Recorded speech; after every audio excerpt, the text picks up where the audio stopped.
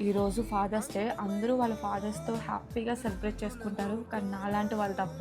నేను 8థ్ క్లాస్‌లోనే మా డాడీని కోల్పోయాను. అప్పటినుంచే నాకు ఒక ఫాదర్ ఎమోషన్ గానీ, ఫాదర్ లవ్‌ని గానీ చాలా మిస్ అవుతున్నాను. ఫాదర్ లవ్ అనేది ఎవ్వరూ రీప్లేస్ చేయలేరు. నాకు ఎన్నో విషయాలుగా మా డాడీ తోడుంటే నాకు బాగుండని ఎన్నో విషయాలు అనిపించింది.